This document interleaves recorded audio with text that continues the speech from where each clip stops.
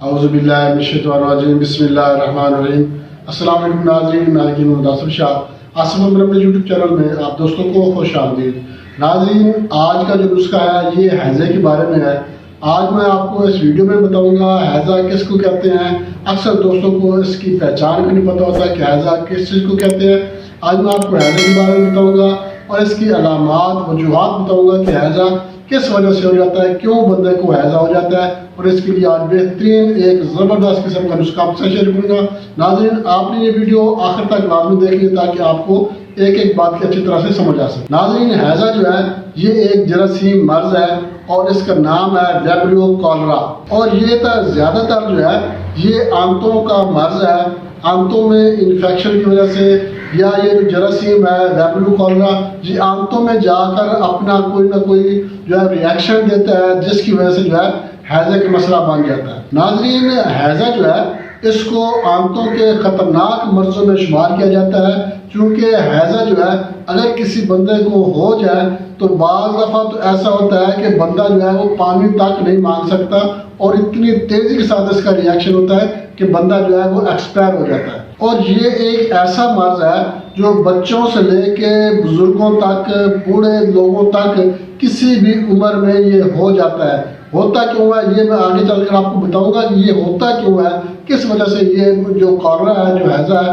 हो जाता है, इसकी क्या वजूहत है। और हैज़ा जो है ये दूध के रिएक्शन की वजह से भी जो है हैज़े का मसला बन जाता है। ज़्यादातर जो है इसका रिएक्शन वो दूध ही करता है। दूध क्यों करता है? जब हम ग़िज़ा में बद परहेज़ी करते हैं, जब दो चीज़ों को आपस में मिक्स करके खा लेते हैं और उनका आपस में जो है वो कम्बिनेशन नहीं बन सकता, तो उस सूरत में जो है वो अंदर जाके ग़िज़ा में जो है वो फसाद पैदा हो जाता है, ग़िज़ा में जो है वो रिएक्शन पैदा हो जाता है। तो इस वजह से फिर जो है वो हैज़े का मसला बन जाता है। ये ग़िज़ा की बद परहेज़ी की वजह से भी हो जाता है और फ़साद ग़िज़ा की वजह से भी ये मसला बन जाता है। और अगर फ़साद ग़िज़ा का मसला हो तो हैज़े का जो हमला है ये फ़ौरन हो जाता है और ये बंदे को जो है हॉस्पिटल तक नहीं जाने देता। तो अब यहाँ पे सवाल पैदा होता है फ़साद ग़िज़ा क्या चीज़ है और ये हैज़ा किस वजह से होता है। हैज़ा जो है किसी भी 2 या 3 ग़िज़ाओं को मिलाकर खाने से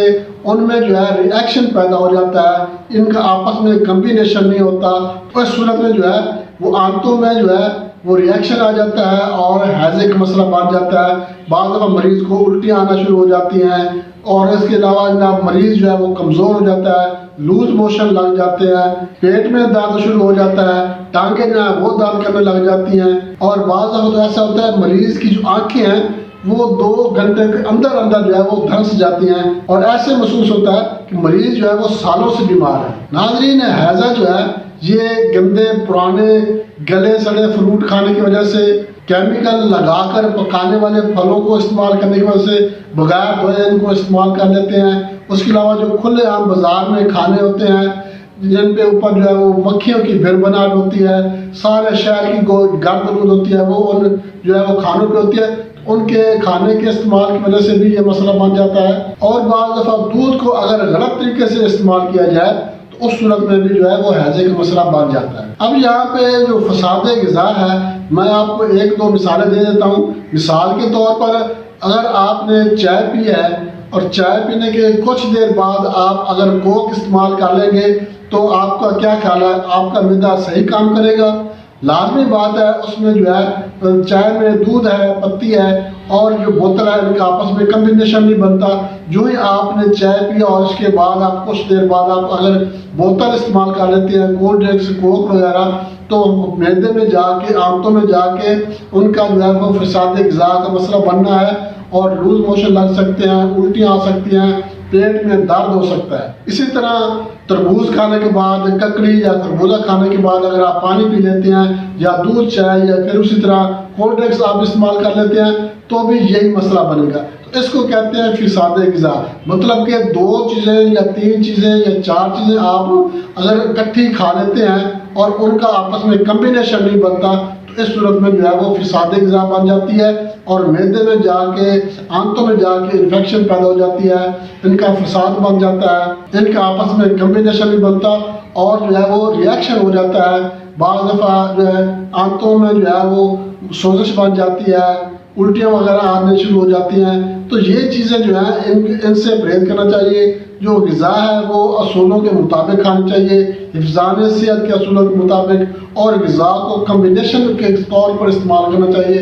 اگر آپ کھانے پینے میں احتیاط نہیں کریں گے تو اس صورت میں پھر جو ہے وہ ہیضہ ہو جائے گا. اور چھوٹے بچوں میں دودھ زیادہ جو ہے ریئیکشن دیتا ہے. دودھ ریئیکشن کیوں دیتا ہے؟ جو مائیں ہوتی ہیں وہ کیا کرتی ہیں، فیڈر کو ایسے ہی جو ہے وہ تازے پانی سے کھنگال کر جو ہے وہ دودھ ڈال دے دیتی ہیں، اور صبح کا دودھ جو گرم کیا ہوتا ہے، ابال لیا ہوتا ہے، وہ شام تک ویسے ہی وہ تھوڑا تھوڑا کر کے استعمال کرواتی رہتی ہیں.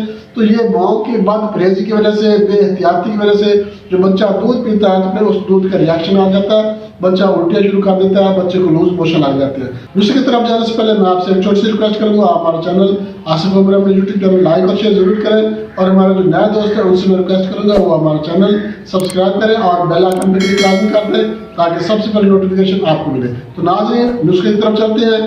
نسخے کے اجزاء نوٹ کر لیں آپ. کافور 10 گرام، 7 الائچی 10 گرام، 7 پودنا 10 گرام، 7 جوائن 10 گرام، دار چینی 10 گرام، 7 الائچی 10 گرام، اور روغن دار چینی یہ بھی آپ نے 10 گرام استعمال کرنا ہے. اب آپ نے کیا کرنا ہے، ان تمام چیزوں کو اکٹھا کر لینا ہے، ان کو گرائنڈ نہیں کرنا، یہ گرائنڈ کرنے والی نہیں ہے. آپ نے ان تمام ساتھ کو اکٹھا کر لینا ہے، کسی شیشے میں ڈال کر 1 گھنٹے کے لیے آپ نے اس کو دھوپ میں رکھ دینا ہے. انشاءاللہ جو ہے یہ سارے تیل بن جائیں گے. جب یہ تیل بن جائیں گے، ایک تیل کی صورت اختیار کر لیں گے، تو آپ نے اس کو استعمال اس طرح کرنا ہے. آپ نے ایک پتاشا لینا ہے اور پتاشے میں اس تیل کے جو ہے 5 قطرے ڈال کے یہ پتاشا کھا لینا ہے. اگر آپ پتاشا استعمال نہیں کر سکتے تو آپ اس کو منقے میں بھی استعمال کر سکتے ہیں، اور پتاشے میں بھی آپ اس کو مکس کر کے استعمال کر سکتے ہیں. اگر آپ یہ دونوں چیزیں آپ کو اویل نہیں ہے تو پھر آپ نے یہ کرنا ہے کہ 1 چمچ چینی لینا ہے اور اس میں آپ نے یہ 5 قطرے ڈال کر چینی کھا لینی ہے اور پانی پی لینا ہے. تو ناظرین بہت زبردست رزلٹ ہے، فوراً آپ کو جو ہے رزلٹ ملے گا. 5 منٹ کے اندر جو ہے وہ ہیضے کا مسئلہ ٹھیک ہو جائے گا. زبردست قسم کا نسخہ ہے، نہ اس کا کوئی ریئیکشن ہے، نہ اس کا کوئی مسئلہ ہے، نہ اس کا کوئی سائیڈ افیکٹ ہے. بہت ہی زبردست ہے. انشاءاللہ آپ استعمال کریں گے تو ہیضے کا مسئلہ جو ہے وہ ٹھیک ہو جائے گا، پیٹ کا درد ٹھیک ہو جائے گا. اگر کمزوری ہو گئی ہے تو کمزوری بھی انشاءاللہ ٹھیک ہو جائے گی. ناظرین بہت اچھا نسخہ آپ سے شیئر کیا ہے. اجازت چاہتے ہیں اگلی ویڈیو تک کے لیے. اللہ حافظ.